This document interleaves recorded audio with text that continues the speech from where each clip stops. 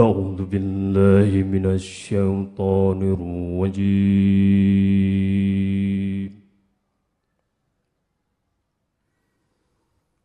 بسم الله الرحمن الرحيم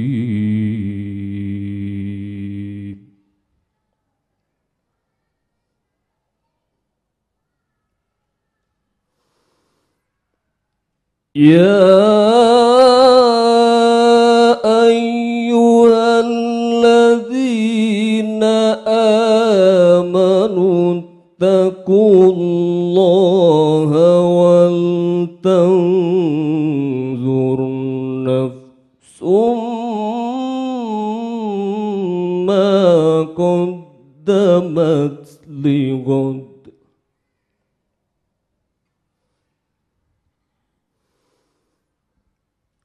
واتقوا الله إن الله خبير بما تعملون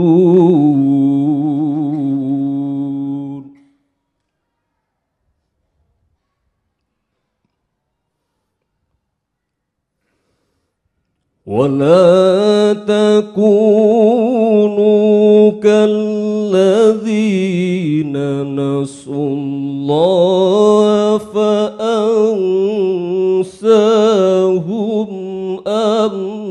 أنفسهم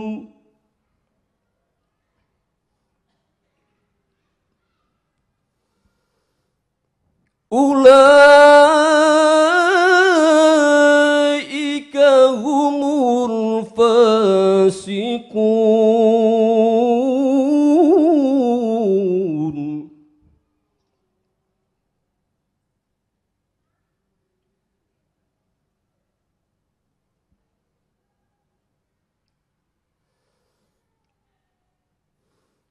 لا يستوي أصحاب النار وأصحاب الجنة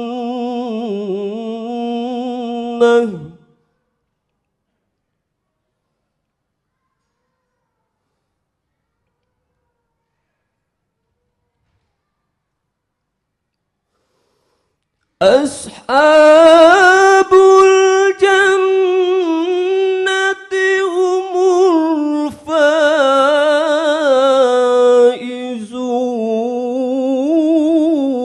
الفائزون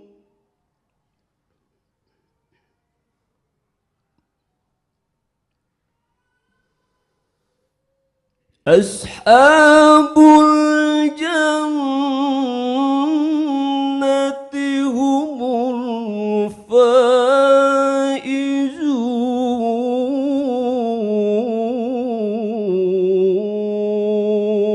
الفائزون صدق الله العظيم والسلام عليكم ورحمة الله وبركاته.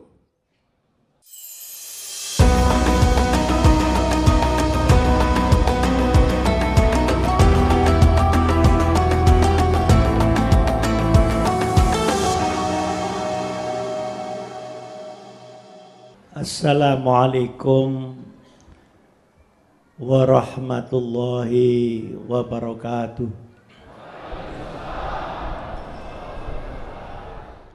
Kita hidup sekali, hendaknya yang berarti. Karena hidup ini tidak terulang lagi. Maka hidup sekali, hendaknya yang berarti. Untuk mengisi arti hidup kita itu ada dua hal. Pertama, kualitas hidup kita.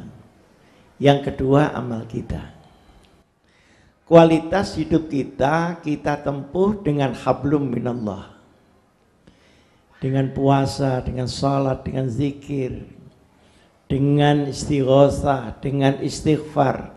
Maka akan terjadi pencucian pada segmen-segmen dan instrumen-instrumen rohani kita. Orang yang ahli zikir akan menjadi orang benar.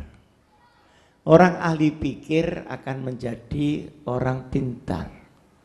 Maka disunatkan kita malam hari untuk bangun menghadap Allah dan mau mengakui secara jujur kelakuan-kelakuan kita.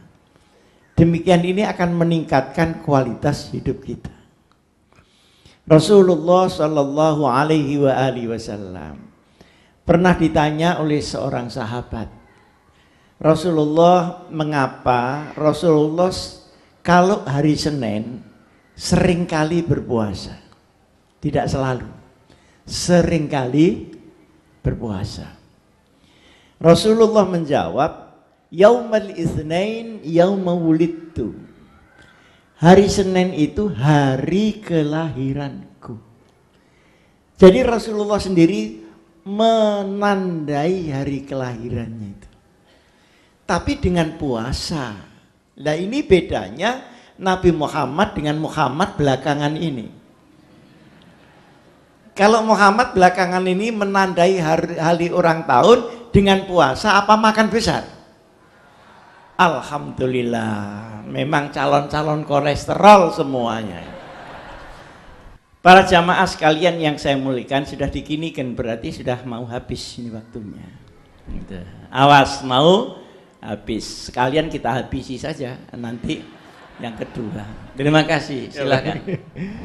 Anda ingin tahu orang yang Islam tapi bohong dengan Islamnya?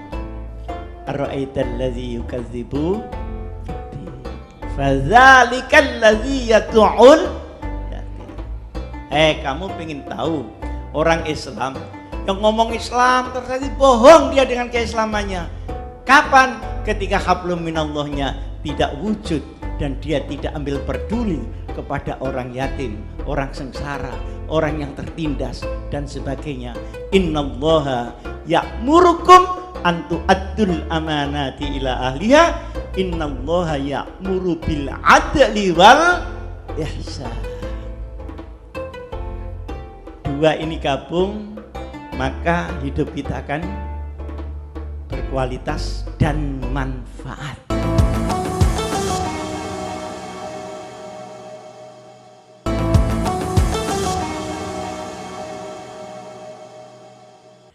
Para jamaah sekalian yang saya muliakan, pertanyaannya mengapa puasa? Nah, puasa ini yang pertama dari hari ke hari, dari minggu ke minggu, pastilah dia lebih dekat dengan Allah Subhanahu wa Ta'ala. Satu, toh kita hidup ini akan mati. Kapan matinya itu yang kita tidak tahu, tapi pasti mati kita diberitahu. Orang yang takut mati kadang mati duluan daripada yang berani mati. Orang masuk TNI itu sudah teken mati kan, tapi sampai pensiun kok tambah gemuk-gemuk semua. Artinya apa? Teken mati kita bukan berarti vonis mati kita. Berarti setiap minggu tambah dekat. Orang yang berpuasa di dalam hatinya oleh Allah dikirim Al-Furqan. Al-Furqan itu alat demarkasi, alat pembeda bainal haqqi wal batil. Nurani ini akan hidup. Dia akan segera tahu, ini salah, ini benar, ini zalim, ini adil dan sebagainya, tanpa dia harus mondok bertahun-tahun. Bahkan yang pinter tapi tidak benar itu kadang-kadang menggunakan kepinterannya untuk sesuatu yang tidak benar. Berapa banyak sarjana hukum di Indonesia yang masuk hukuman di mana-mana? Apa maknanya? Al-ilmu syai'un wa mas'uliyatul ilmi syai'un akhar. Bahwa ilmu adalah sesuatu, pertanggungjawaban ilmu adalah hidayah Allah Subhanahu wa Ta'ala. Para jamaah sekalian yang saya muliakan, mengapa Rasulullah puasa? Pertama, puasa mendekatkan diri kepada Allah. Yang kedua, puasa menghidupkan nurani yang bisa membedakan mana yang benar, mana yang salah tanpa sekolah. Dia yang mengatakan itu. Black box-nya kita ya nurani itu. Tidak bisa didikte. Yang bisa hanya dimatikan oleh perbuatan kita sendiri. Yang ketiga, puasa itu bisa membedakan mana kebutuhan dan mana kemauan. Sebenarnya kebutuhan kita kan tidak banyak, Pak. Tidur ya 1 dipan, masa 4 dipan mau ditiduri semua? Kan kita malah tidak bisa tidur kalau tidur bergilir dari dipan ke dipan. Tapi kemauan kita, wah rumahnya 17, mobil berderet, padahal kebutuhannya itu cuma sedikit. Nah, puasa akan bisa membedakan itu. Kalau siang semua makanan dikumpulkan, kedondong, mangga, yang kecut-kecut itu semua kumpul. Perlunya mau dihabiskan semua. Tahu-tahu setengah piring sama nasi air putih segelas sudah selesai. Nah, ini menunjukkan bahwa kita terjerumus karena kita mengejar kemauan tetapi tidak menghitung kebutuhan. Dan orang-orang yang bisa paham terhadap kebutuhan yang sebenarnya terbatas, dia akan menjadi orang yang bersyukur. Sambil minta lagi terus. Saya punya teman namanya Abdul Syukur, tapi pekerjaannya mengeluh terus. Padahal namanya Abdul Syukur. Ada yang namanya Selamat keserempet Honda terus. Artinya dengan puasa Rasulullah ini jelas mau kemana.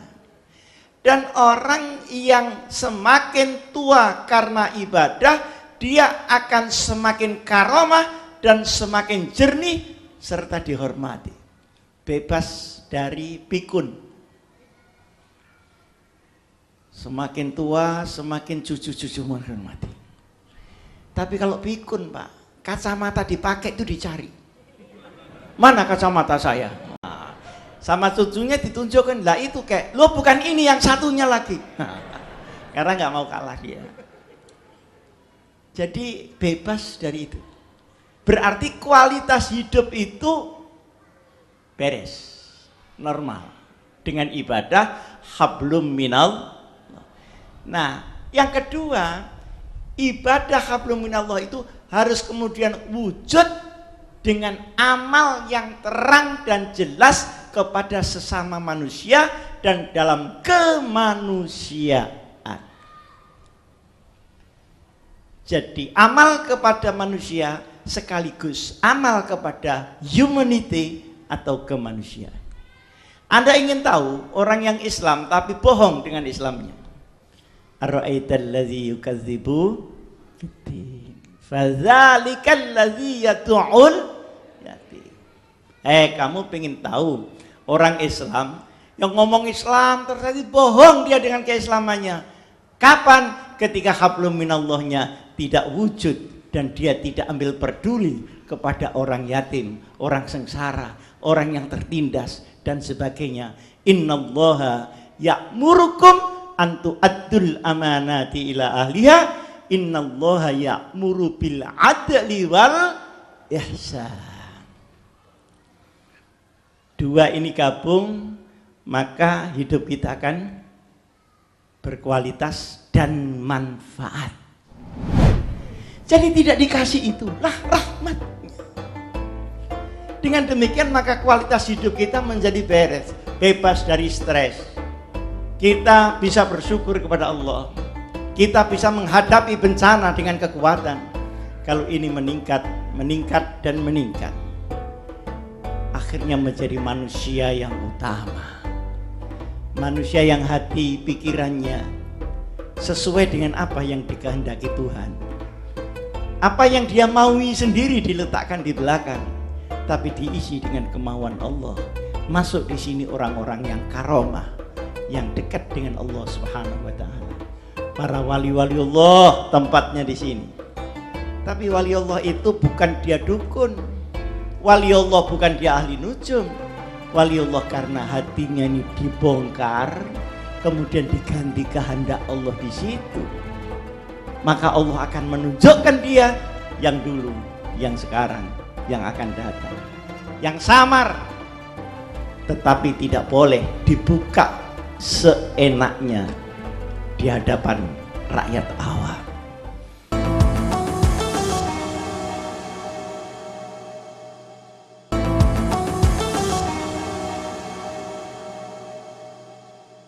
Para jamaah sekalian yang saya muliakan, manfaat hidup kita tidak selalu kita ambil di sini, Pak. Kadang kita ambil di sini, kadang kita harus mengambilnya di akhirat. Terserah bagaimana Allah mengembalikannya. Kita berdoa kepada Allah, mungkin diberi cepat, mungkin ditunda, mungkin ditukar, minta A dikasih B, mungkin sama sekali tidak dikasih. Tetapi selama kita sudah berkualitas umur kita dan berkualitas amal kita, apapun yang diberikan Tuhan adalah rahmat. Diberi cepat, alhamdulillah. Untuk bayar utang besok lusa, besok pagi dikasih. Ada yang ditunda. Saya dulu minta supaya keliling dunia. Ya Allah, beri kesempatan saya. Itu tahun 92 naik haji. 97 baru diberi 5 tahun. Ada yang ditukar, minta harta dikasih ilmu, minta pangkat dikasih anak soleh, tapi dikasih. Ada yang dipotong, tidak dikasih semua, sebagian. Saya dulu berdoa mudah-mudahan bisa pidato seperti Bung Karno. Dulu. Dan yang kedua, bisa ngaji seperti Mus Mulyadi, nyanyi. Yang kedua ini tidak dikasih sama Tuhan. Karena suaranya kempret. Di samping kalau saya bisa ngaji, tidak ada uang, ngamen terus Pak kemana-mana. Para jamaah sekalian, kalau tidak diberi bagaimana? Kata Imam Ibnu Athaillah, man'ul ato ainul ato. Kalau kau tidak diberi padahal kau sudah berjalan di atas yang benar, itulah pemberiannya. Kalau putra ibu 2 tahun minta sambel, dikasih apa enggak? Enggak dikasih, Pak, murus dia. Jadi tidak dikasih, itulah rahmatnya. Dengan demikian maka kualitas hidup kita menjadi beres, bebas dari stres. Kita bisa bersyukur kepada Allah. Kita bisa menghadapi bencana dengan kekuatan. Kalau ini meningkat, meningkat dan meningkat, akhirnya menjadi manusia yang utama. Manusia yang hati pikirannya sesuai dengan apa yang dikehendaki Tuhan. Apa yang dia maui sendiri diletakkan di belakang, tapi diisi dengan kemauan Allah. Masuk di sini orang-orang yang karomah, yang dekat dengan Allah Subhanahu wa taala. Para wali-wali Allah tempatnya di sini. Kita ini juga termasuk wali, tapi wali-wali daya atau wali murid, top wali kota. Tapi wali Allah itu bukan dia dukun, wali Allah bukan dia ahli nujum, wali Allah karena hatinya ini dibongkar, kemudian diganti kehendak Allah di situ, maka Allah akan menunjukkan dia yang dulu, yang sekarang, yang akan datang, yang samar, tetapi tidak boleh dibuka seenaknya di hadapan rakyat awam. Mudah-mudahan kita diberi kualitas hidup yang sebaik-baiknya oleh Allah Subhanahu wa taala. Jangan pernah mengatakan bahwa berbuat baik kepada orang lain itu hilang. In ahsantum ahsantum li anfusikum. Sekali kita berbuat baik, maka berkali-kali Allah akan mengembalikan sini. Ini bedanya Islam dengan pragmatisme sekarang ini. Mari kita akhiri dengan doa kepada Allah Subhanahu wa taala. Allahumma shalli ala sayyidina Muhammad wa sallim radhiyallahu an kulli sahabat Rasulillah ajma'in walhamdulillahi rabbil alamin. Ya Allah, ya Tuhan kami, hidupkanlah hati dan nurani kami, cerdaskanlah pikiran kami, cukupilah ya Allah kebutuhan-kebutuhan kami. Jadikan kami orang yang benar, sekaligus orang yang pintar, dapat melola kehidupan dengan yang sebaik-baiknya. Ya Allah, ya Tuhan kami, Berilah kami yang berkumpul di sini rezeki yang murah dan rezeki yang berberkah. Jadikanlah suami kami suami yang bertanggung jawab, istri-istri kami istri yang setia, anak-anak kami soleh dan solihah, sehingga keluarga kami menjadi keluarga sakinah, dapat menghadap Allah bi husnil khotimah wa bi syafaati nabiyyina Muhammad Rasulillah sallallahu alaihi wasallam. Ya Allah, selamatkanlah kami dari fitnah dunia dan fitnah akhirat, fitnah dunia dan fitnah alam kubur. Ya Allah, ya Tuhan kami, berilah kami kekuatan untuk menjalankan kebenaran, agar dengan kebenaran itu kami dapat hidup pada siratal mustaqim. Ya Allah, dengan banyaknya fitnah di sekitar kami, tidak mungkin kami sendiri menghadapinya tanpa pertolongan kamu ya Allah. Rabbana hablana min ladunka rahmah wa hayyi' lana min amrina rasyada.